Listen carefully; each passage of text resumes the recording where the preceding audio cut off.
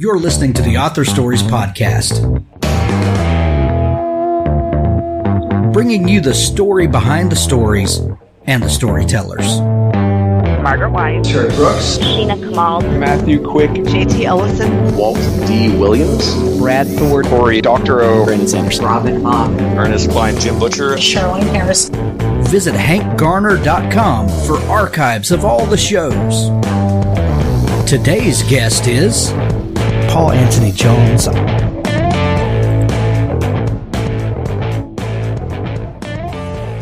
Flesh, Blood, Steel, the new book from David Allen Jones. 16-year-old Jake Harris wakes up after a horrific car accident to find 13 years have come and gone. He's 29 years old, a cyborg, and one of the world's most feared assassins. Horrified by the things he's done, things he can't remember, Jake vows never to kill again. Unfortunately, the company that owns Jake has other plans. They're not about to lose their top hitman to the errant memories of his teenage self.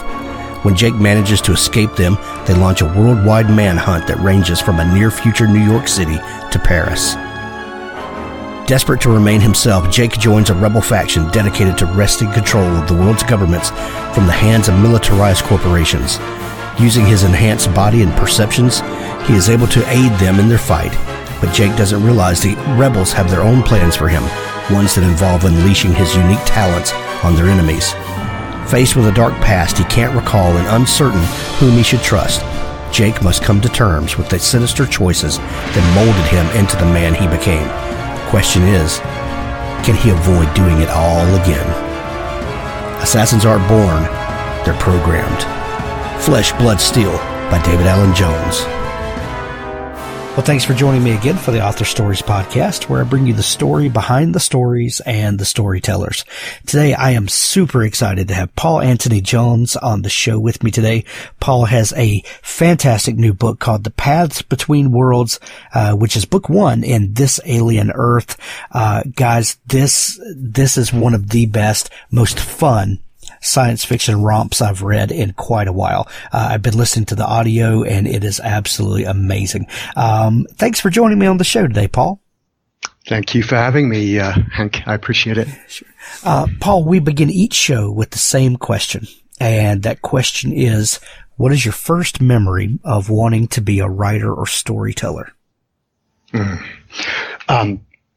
Honestly, I don't remember a time when I didn't want to be a writer or a storyteller. It's always been a part of my life. My when I was in school back in the 70s, because I'm old.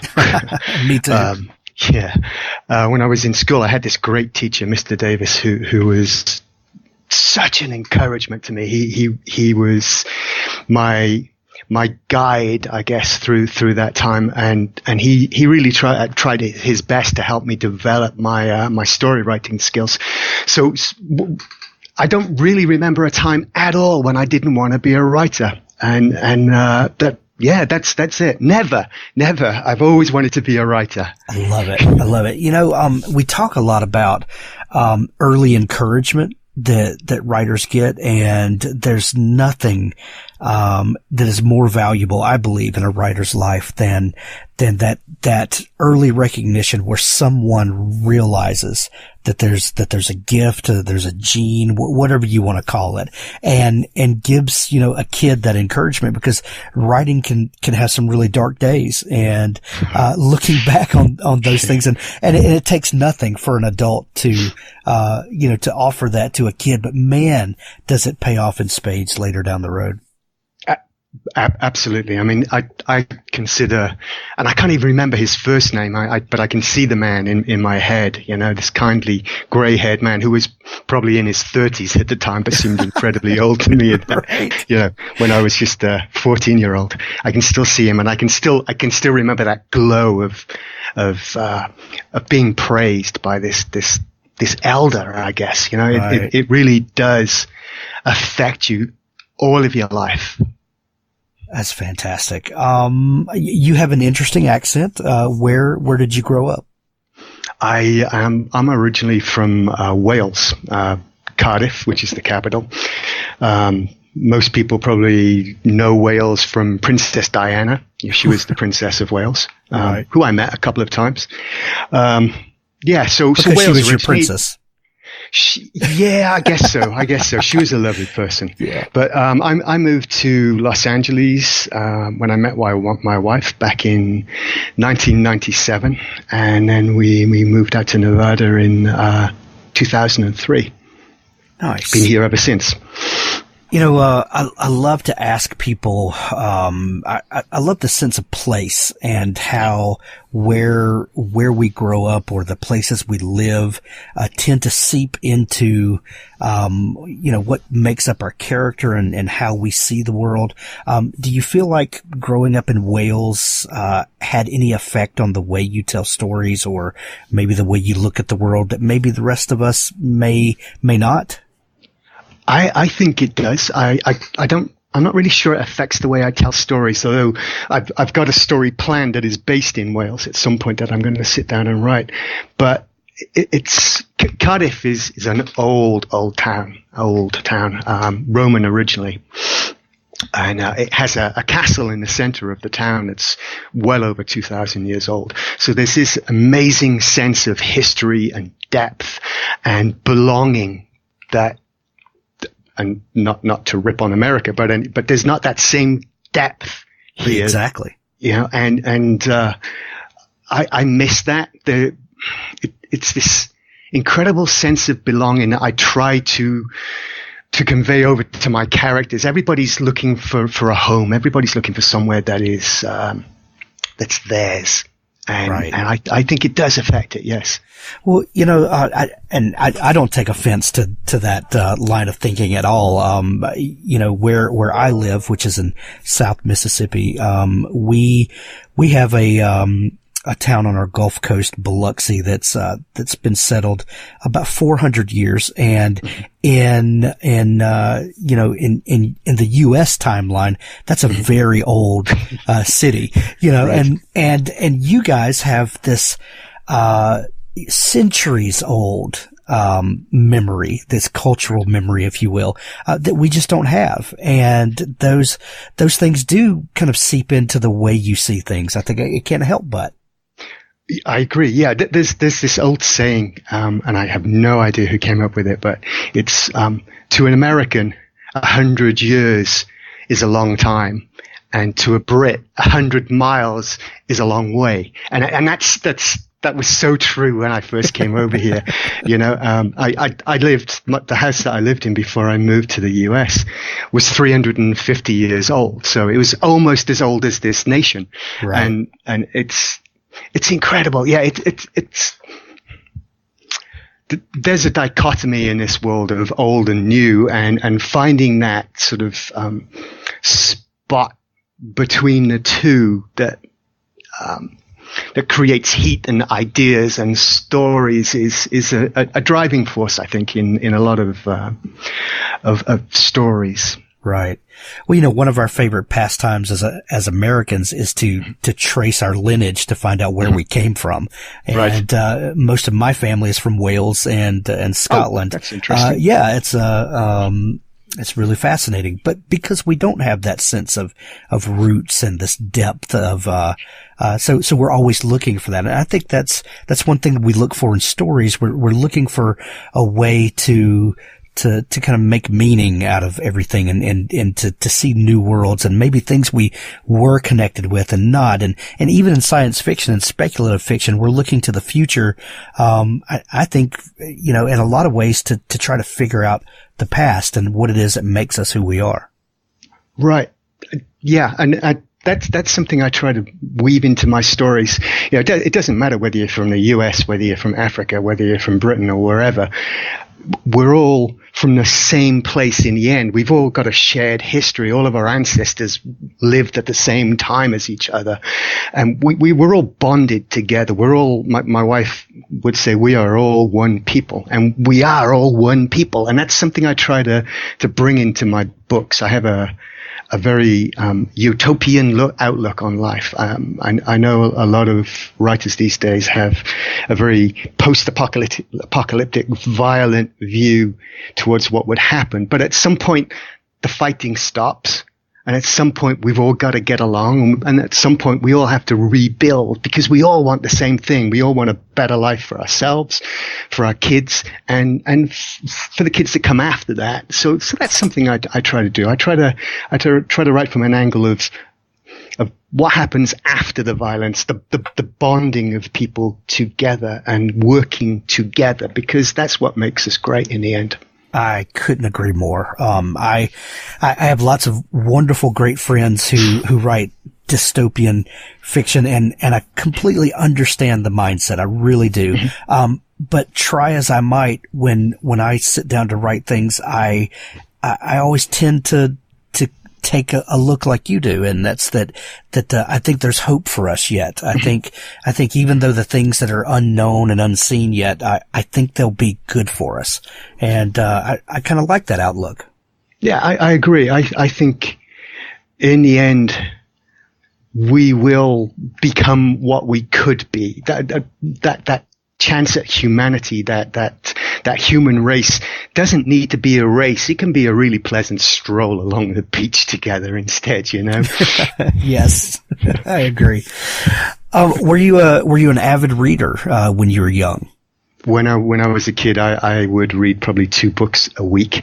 I don't do that anymore. I find that since I've become a writer, I find it much harder to read a book without being critical of, and not critical of the writing per se, but not deconstructing paragraphs and sentences and into how I would have written it. So my enjoyment isn't as much since I've become a writer myself, unfortunately. But I do get through probably about a book a month.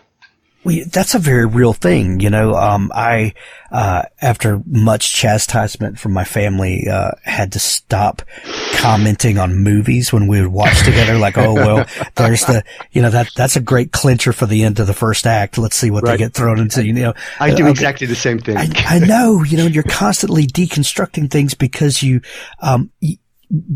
are so steeped in story, and it's hard not to see it. Are there any things that you have found that help you to not do that? Like I think one of the hardest things is just to enjoy a story. What do you do to turn off that? I really don't have any way around it. It will depend on the writer. It'll depend on the quality of the writing, the quality of the story.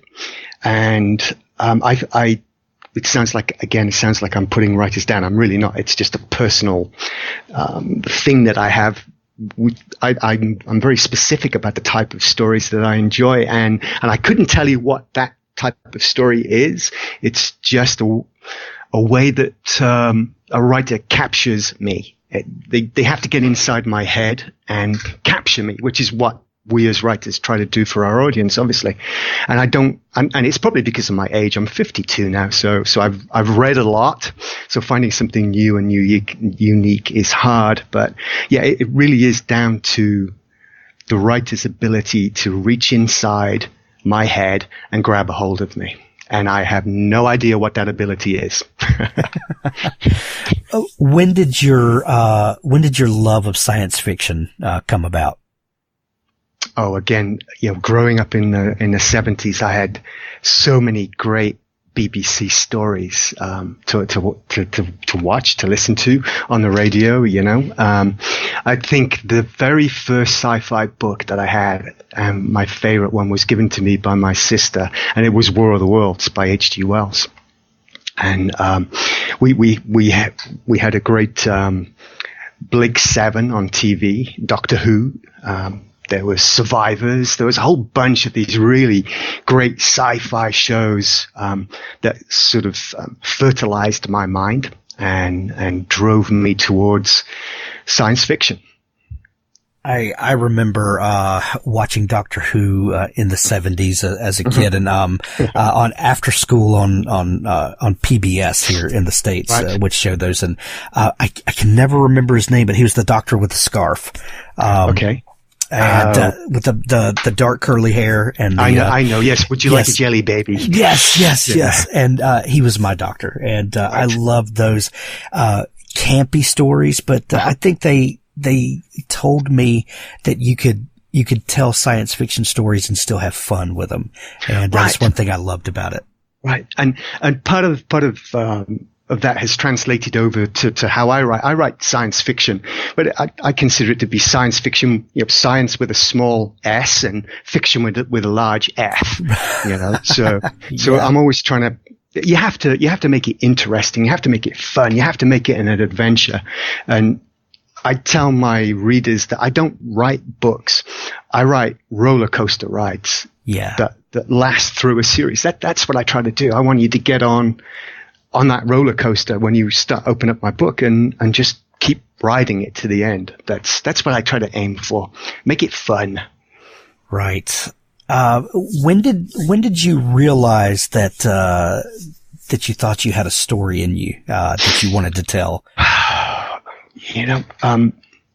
I have always wanted to be a writer, as I mentioned at the beginning, and I've written so many short stories when I was younger, before I moved to the US.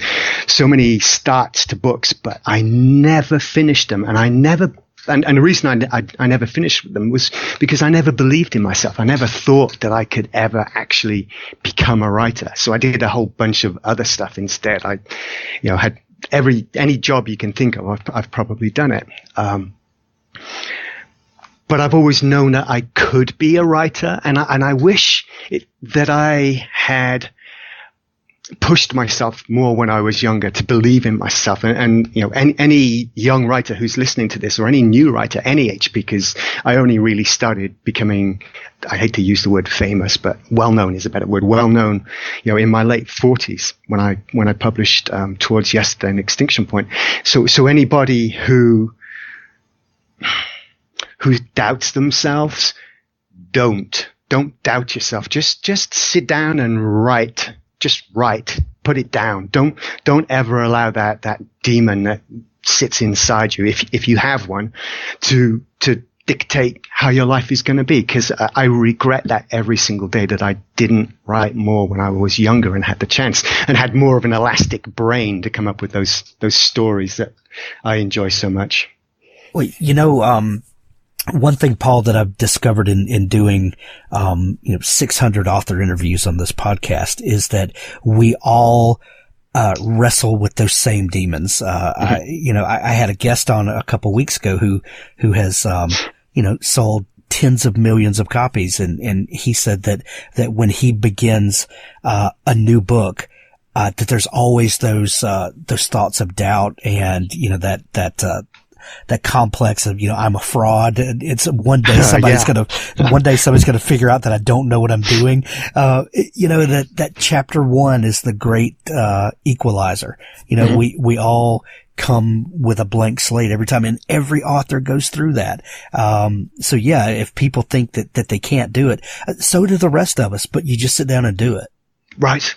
Yeah, it's an incredibly lonely profession, writing. It's just you and the voices in your head. And if one of those voices is a negative voice and louder than the characters, then it's going to screw you up. And I've kind of learned to fight it, but sometimes, it wins, and you'll go days or weeks without writing anything or getting much done and not believing in yourself. But eventually you always beat them. You can't allow it to win. Just don't allow it to waste your time. It's precious. Exactly. What was the first novel that you wrote and published? That's interesting. The first novel I wrote was a time travel story called Towards Yesterday. And I wrote it in 2003. And I wrote it because at the time I was unemployed. I had no money. It was my wife's birthday was coming up in September, and I literally had no money. I couldn't buy her a gift. I couldn't even buy her a birthday card. So I sat down and I wrote her a novel. And the characters in that novel are people from our past they're good and they're bad. Some names have been changed, obviously. There's our old house in LA is in there. A lot of areas that we used to like to go are in there. And I gave it to her for her birthday. And that was the first time I wrote a novel. And she convinced me to send it to an agent, and I sent it to him, and he wanted to option it. He wanted to buy it. It was a New York agent. And at that time, I was so negative, so down, so depressed because of our situation. I never ever did anything with it. So you had to fast forward to 2011 when ebooks and Amazon really started to take off, and I kind of dusted it off and rewrote it a bit and put it up on Amazon, and the rest is history, I guess. That is an absolutely Dickensian story. It is, isn't it? Yeah, that's great. It is. Yeah, a gift for your wife that then launches a publishing career. That is fantastic. Right. I love the title. Toward Yesterday is a fantastic time travel title. Was you when you published that? Were you then getting back into writing? Did you kind of reconnect with that early desire, or had you been writing all along? I had written a couple of short stories, but being unemployed is a great mind focuser, especially when you're the only one in the house. So I couldn't find a job, so I turned to the one thing I knew that I could do, which is write. So I wrote, and I gave that to my wife, and with her encouragement, I sat down then and I started to write Extinction Point, the first book in that series, and I just kind of cascaded onwards from there. So it felt like putting on a glove.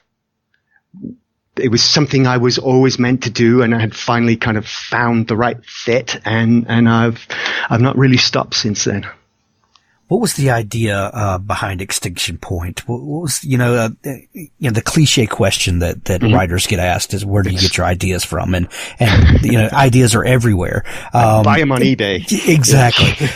But there is something different about that idea that floats to the top and mm-hmm. kind of stands out from all the others. Where there's no shortage of ideas, sometimes there is a shortage of inspired ideas, or that idea that's just better than the rest. How did Extinction Point kind of come out of the mist to you? Cockroaches. Oddly enough, cockroaches. I live in the Mojave Desert. I'm about 75, 80 miles away from Las Vegas, and we are in the middle of nowhere. There's nothing else around us for miles. And we have a lot of bugs. So many bugs, you wouldn't believe it.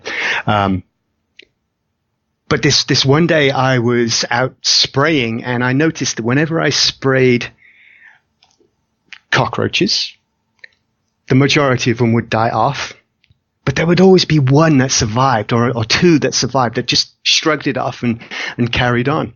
And that kind of fired off a few synapses in my brain. And one of my favorite writers is one of my favorite singers is Peter Gabriel, and he wrote a song called Red Rain.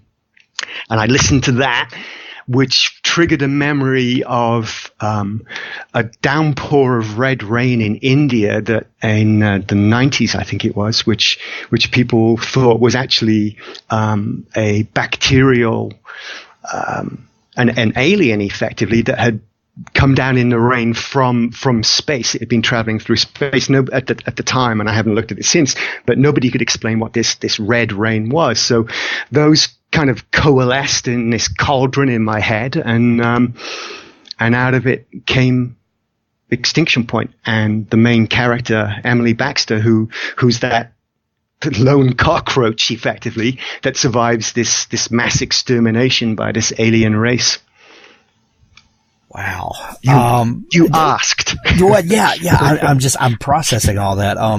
I love how music, can really stir up, memories and emotion. And, that leads me to ask, when you write, do you listen to music? Do you find inspiration from things, or are you someone that needs silence when you write? Every book that I've written has been triggered by a song or a piece of music at some point. What I find hard to do now is actually write and listen to music. So I'll listen to white noise or some kind of something tranquil that just allows my brain to be less distracted, to switch off from the noise. I'm in a house with a lot of animals, so there's always attention. They're always looking for attention from me. But yeah, I'll listen to something monotonous that will focus me rather than something that will distract me. Gotcha. What was you're triggered by the song, and then from the news event, how did that start unfolding into a story? I don't really know what the process is. It all goes on in the back of my mind. I'll be sitting on the sofa watching TV or something, and all of a sudden I'll have a picture, a still frame or a few still frames of a story that pops into my head of this situation. And I'll just go and I'll sit down and I'll translate what I see in my head into words. So I don't know about other writers. I don't know whether they kind of sit down and talk to their characters or not. I don't talk to my characters. I just allow them to talk to me. And so it's the books get written at their pace. It's all done in the background. I really have no, it feels like I have no control over it. I just have to sit and wait for them to talk to me most times. And there have been 5 Extinction Point books to this point? Yeah, there were 5. I wrapped up the series with Kings. That was the last book. So that series is wrapped up, and I've moved on to this new one now, which is This Alien Earth. Well, let's talk about This Alien Earth.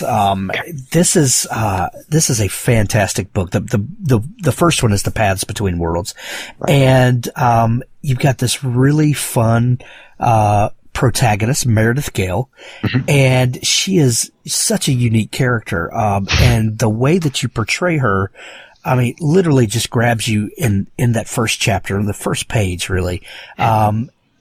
Where did she come from, for you? And what was was there an instigating factor that brought this book alive for you?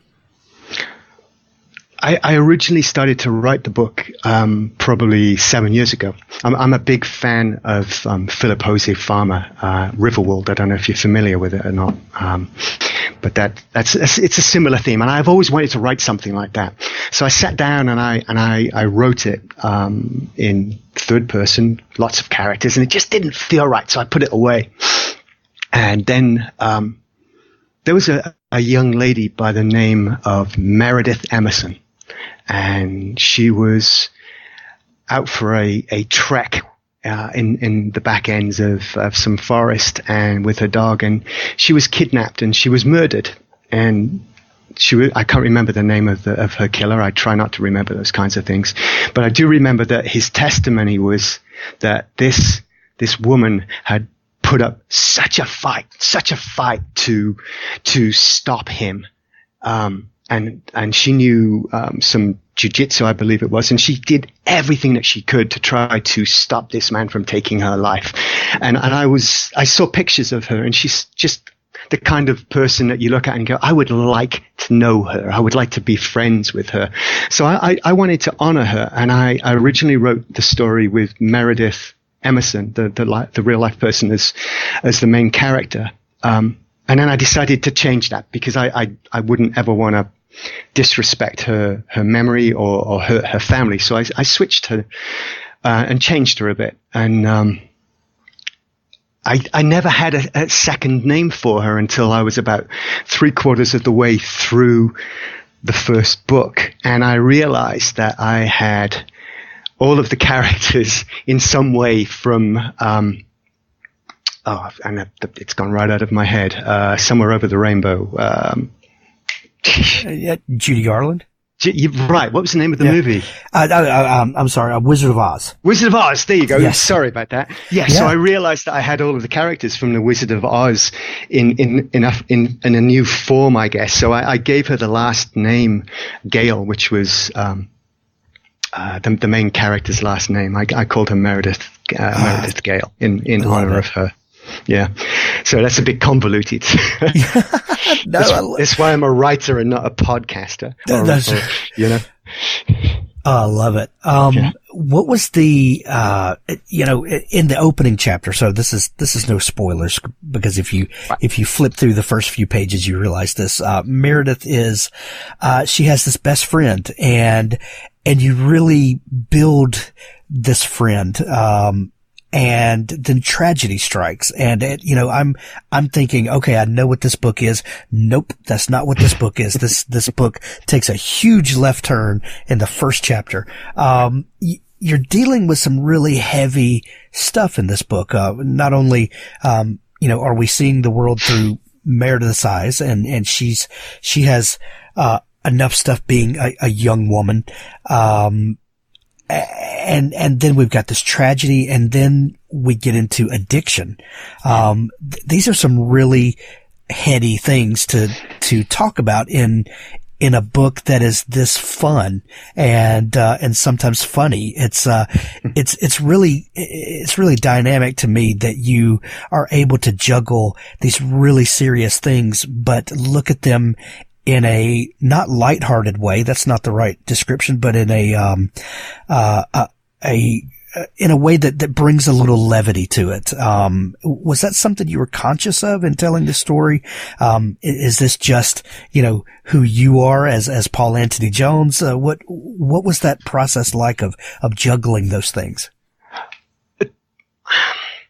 I really, again, I don't really, I don't write my characters per se. I don't define them. They tell me who they are. But for Meredith's situation, I have a couple of friends who both would openly tell me that they were recovering addicts. And I talked to them extensively about what it was like to be addicted, what it was like to come off of pain pills and not be addicted anymore, and that constant struggle. So everything that I've put into that book is real from what they told me. And Meredith's character just shines through. She's had this awful thing happen to her that was not her fault. It was another addict, if you like, the guy in the F-150, the drunk guy who caused it and who changed her life. And the story that I'm trying to convey in this trilogy is that our life can change at any moment. Just 1 second. That's all it takes to change your life and send it down a totally different path. And what would happen if you got a second chance? What if someone took you away at the point of that negativity and gave you another chance? And then what would happen if that all went wrong too? Right. When do the sci-fi elements come in? And did you always see this as a first contact story? Or kind of how do you go from this this story that we think is one thing, and then it morphs into something completely different? Okay. I don't want to really give away too much more, but I will say that it's not actually a first contact story. It will change again in the second book when you become more aware of what is actually happening, and what the two those background players, the architect and the bad guy, whose name again is escaping me for some weird reason. Don't get old, people. Do not get old. It's not as much fun as it's cracked up to be. Excuse me. Sure. Yeah. It will morph into something different again. I'm really trying to kind of like keep the veil on it at this point in time. Sure. But I like to surprise people. I like to take people down paths that they think they know, and then have them realize, hang on a second, I'm in the middle of somewhere where I have no idea where I am and where this is going. That's exciting to me. Oh yeah, and we love that as readers. That's for an author to keep us guessing and to play with our emotions like that. I mean, that's what we live for. Right. I'm a reader first and foremost, so I write books that I want to read, and thankfully there are a few people out there who also want to read them. Absolutely. Speaking of the twists and turns and keeping the reader guessing, are you a plotter, or are you a discovery writer who figures out the story as you go? How does it start unfolding for you? I am actually both, oddly enough. For Extinction Point, I just sat down and I just wrote it as it came to me. With paths for, I plotted out, because it's a more complicated story, and there are a lot of levels to it. I sat down and I plotted out the entire background. I plotted out the storyline that I knew I wanted to put in, the skeleton of it, and all of the plot points that I wanted to hit between the start and the end.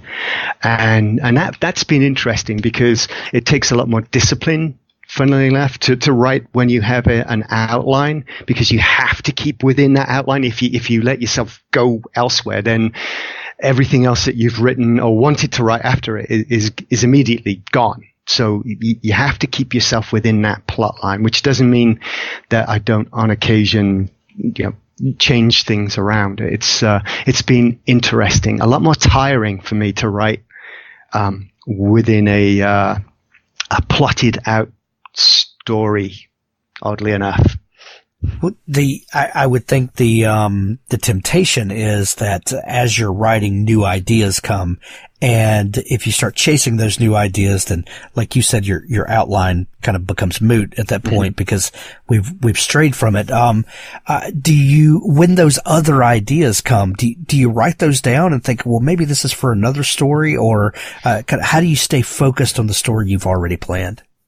I will write them down. I will on occasion try to change them into kind of an incident, perhaps, rather than a story altering or story defining plot point. I'll take them, I'll set them aside, I'll write them in if I can, but I have no problem just discarding them if I have to. My stories don't tend to overlap in my head. They're in very defined universes within my head, in these, what I see as bubbles in my head. Each story is within a bubble, some larger, some smaller. So I'll discard them, but they're never really gone. They just kind of float around in that bubble. Right. When writing a character like Meredith, who is a young woman, and you are not, what are some of the challenges of getting inside her head and telling the story through her eyes when you haven't lived that? It can be very, very challenging, but I'm a people watcher, as I think most of your authors are. Sure. So sounds weird, but I love women. I love to watch women interact with the world. They interact so differently to how men interact with the world. They're so much more conscious of being present. I have a lot of really strong role models in my life. My mother, my sisters, my wife, friends, and I tend to gravitate more to women. I'm more comfortable listening to women, and being around girls and women. So I ask them, I talk to them. I'll ask them, what would you do in a situation like this? Because this is how I would deal with it, and they would come up with something totally different. So, and Meredith tends to live in my head and tell me what is right and what is wrong. So if I write something that she doesn't like, it gets scratched and I'll start over again. That's a great point. You bring up about asking people. My experience has been that if I'm writing someone that I don't know, and maybe it's a a professional of a certain trade that I've never experienced, or a person of the opposite gender, most people don't mind you just asking questions if you tell them, I just want to make sure that I'm doing this correctly. Would you mind me asking you questions? Most people are more than happy, especially if they know they're going to be represented well. Right. Yeah. I mean, I'm lucky. I have a bunch of Facebook followers who, if I put a question to them, it will be answered within minutes. There's a scene in Paths Between Worlds where they have to repair a boat, and I had no idea how you would repair a boat. Post it on Facebook. 10 minutes later, I've got three answers from 3 different people, all giving me ideas for how you would repair a boat. And it's awesome. You have this great well of information and experience just sitting right there, and people love to talk to you about their own experiences and their own specialties. Right. That, for all the negative of social media, those kind of community building things are the good side of that, for sure. Absolutely. Yeah. No doubt about it. Because we can't get into too many spoilers, and I know the story is growing and evolving, and we're up for a roller coaster ride with this Alien Earth series, the trilogy. But maybe you could answer this. What do you hope that people gain from this journey of this trilogy? You mentioned earlier that you like to have more of a utopian view of the world in the future. Maybe in the story that you're taking us on, at the end, what do you hope that we have gained from it, or maybe learned about ourselves and the world around us? That we are better off working together than working against each other, and that there will always be a minority of people who will try to stop that from happening. But if you work together, you can overcome anything. We are an amazing race of animals that have done amazing things, capable of creating mind-boggling, unbelievable feats of imagination and creativity. And if we work together, we will succeed. Wonderfully put. The new book is The Paths Between Worlds, This Alien Earth, Book 1. It is out everywhere now, in paperback, in Kindle, in audiobook. The audiobook is narrated by the fabulous Kate Redding, and it is amazing. I can't recommend it enough. Paul, if people are just learning about you and your work and all the stuff that you do, is there a place where they can connect with you, maybe dig into your back catalog and find out more about you? Sure, you can find me on my website. It's disturbeduniverse.com, or you can just look me up. You can look me up on Facebook. I'm easy enough to find. And I'll put links to your website and your Facebook page and your Amazon page down in the show notes at hankgarner.com. Paul, this has been so much fun chatting. Please come back when the next book comes out and update us on what's going on. I would love to. Thanks for having me, Hank. Thanks for listening to the Author Stories podcast. For more great author interviews like this one, go to hankgarner.com and dig through the archives. There's something there I know you'll love. Now stay tuned for a special audio clip from Richard Gleaves' The Jason Crane series. The ancient building wore the severe cassock colors of a Puritan minister, a uniform monochrome of slate-gray shingles and soot-gray clapboards, its shadowed upper windows cross-hatched like the facets of a spider's eye. The second story protruded beyond the first and bore the house's only ornament, 2 gray teardrops of wood, weeping from each corner of the building's stiff upper lip. The place would have looked sinister and foreboding in its shadowed alley if not for the die-cut silhouette of a dancing sheep, jaunty above the door, and the 2 front bay windows that blazed with colorful, welcoming light.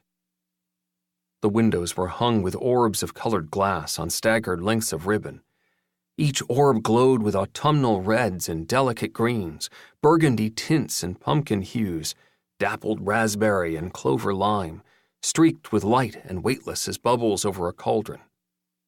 The shelves below offered crystal skulls and silver daggers and horny devils, Celtic chalices and woven dream catchers in dreamcoat hues. A primitive broom leaned in a corner, ready for flight, and a rhapsodic nude in bronze clutched her goat-legged lover beneath a jackal bust of Anubis. The interior of the shop was even witchier. Above a crude and sooty fireplace, a stack of brick barely holding the shape of a chimney pushed through the barn-high roof, threading ancient beams that crisscrossed overhead. Brooms and kettles and Christmas lights dangled from these, alongside Halloween costumes and Chinese umbrellas, pointy hats and bundles of herbs. Jason wandered deeper into the shop. His fingers trailed across strange bronze statuary and Aztec masks of turquoise and lapis lazuli. He rolled his eyes at the luck candles and money charms, but goggled indecently at a nude and anatomically correct silver nymph with long golden hair that reminded him of Kate. "See anything you like?" Jason jumped, turned, and jumped again. The woman standing before him was the living embodiment of every hippy-dippy counterculture type he'd ever seen. Her hair was green, her face pale and round, her doughy body wrapped in some elaborately woven ethnic garb. Her eyebrows were black and pierced in little rows, and her eyes were heavily circled with midnight blue, as if she'd been sucker-punched by an oil slick. She tapped the glass over the nymph. "Admiring the goddess, I see." She'd practically caught him with porn. "You want to hold her? She won't break. Here." The woman flipped open a glass door and handed Jason the naked figure. "See how heavy she is?